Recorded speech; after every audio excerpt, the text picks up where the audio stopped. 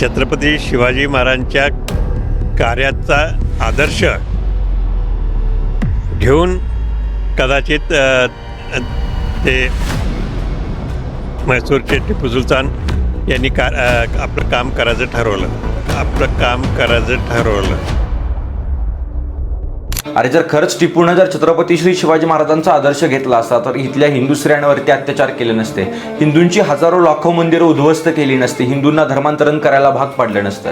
आणि हे बिनबुडाचे आरोप मी मुळात करतच नाहीये, कारण स्वतः टिपू सुलताननं 19 जानेवारी 1790 साली बुद्रुज खान नावाच्या एका व्यक्तीला पत्र लिहिलं आणि त्यामध्ये तो म्हणतो की ज्यावेळेस मी मलबारवरती आक्रमण केलं त्यावेळेस मलबारमधल्या किमान 4 लाखहून अधिक हिंदूंना धर्मांतरण करायला भाग पाडलं.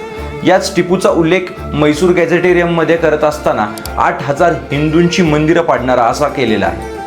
हे सगळं टिपूनं ज्या तलवारीच्या बळावरती केलं त्या तलवारीच्या मुठीवरची अक्षरं त्यांचा अर्थ असा होतो की ही तलवार फक्त हिंदूंच्या काफिरांच्या रक्ताचा घोट घेण्यासाठी आहे. अशा क्रूर टिपूची तुलना ज्यावेळी छत्रपती श्री शिवाजी महाराजांसोबत हे कोल्हापूरचे छत्रपती शाहू महाराज किंवा हर्षवर्धन सपकाळ नावाचा काँग्रेसचा एक व्यक्ती करतो त्यावेळेस त्यांच्या एक लक्षात येत नाही का की गटारातल्या सांडपाण्याची तुलना ही कधीच पवित्र गंगाजलाशी होऊ शकत नाही. अगदी त्याच पद्धतीनं चारित्र्यवान असणाऱ्या राजाची तुलना ही कधीच चारित्र्यहीन असणाऱ्या एखाद्या टिपू सुलतान सारख्या व्यक्तीसोबत होऊ शकत नाही. मग खरं तर हा वादंग निर्माण झाला ज्यावेळेस मालेगावच्या एका उपमहापौरपदी बसलेल्या एका महिलेनं तिच्या कार्यालयामध्ये या टिपूची प्रतिमा लावली आणि मग त्यावेळेसपासून टिपू हा देशपुरुष आहे, राष्ट्रपुरुष आहे अशी एक वेगळी स्पर्धा चालू झाली. पण खरं जर टिपू राष्ट्रपुरुष असता तर या टिपूनं 21 एप्रिल 1797 साली फ्रेंचांना लिहिलेल्या पत्रामध्ये स्पष्ट लिहिलेलं आहे की इथल्या ब्रिटिशांना आता आम्ही सळो की पळो करून सोडून हे ब्रिटिश आता भारत सोडून जायला तयार आहेत, आता तुम्ही भारतावरती आक्रमण करा. याच साली या टिपूनं अफगाणिस्तानच्या सुलतानला दुसरं पत्र लिहिलं आणि त्यामध्ये तो म्हणतो की इथल्या मराठ्यांची दिल्लीमध्ये असणारी सत्ता त्याचा जर बिमोड करायचा असेल तर तुम्ही दिल्लीवरती आक्रमण करा.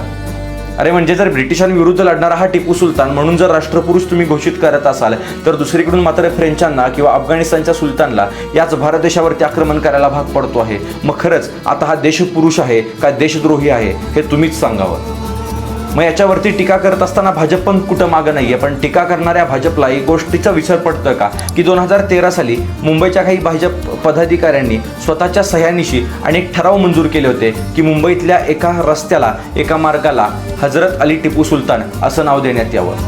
मग या सगळ्या गोष्टींचा विचार केल्यानंतर, या सगळ्या गोष्टींचा अभ्यास केल्यानंतर एक गोष्ट तर मात्र तुमच्या मनामध्ये नक्कीच ठाम बसली असेल की सध्याच्या इल्युमिनाटी गँगचा आदर्श असणारा हा टिपू सुलतान हा हिंदुस्थानासाठी टिपू सुलतान नसून टिपू सैतान आहे.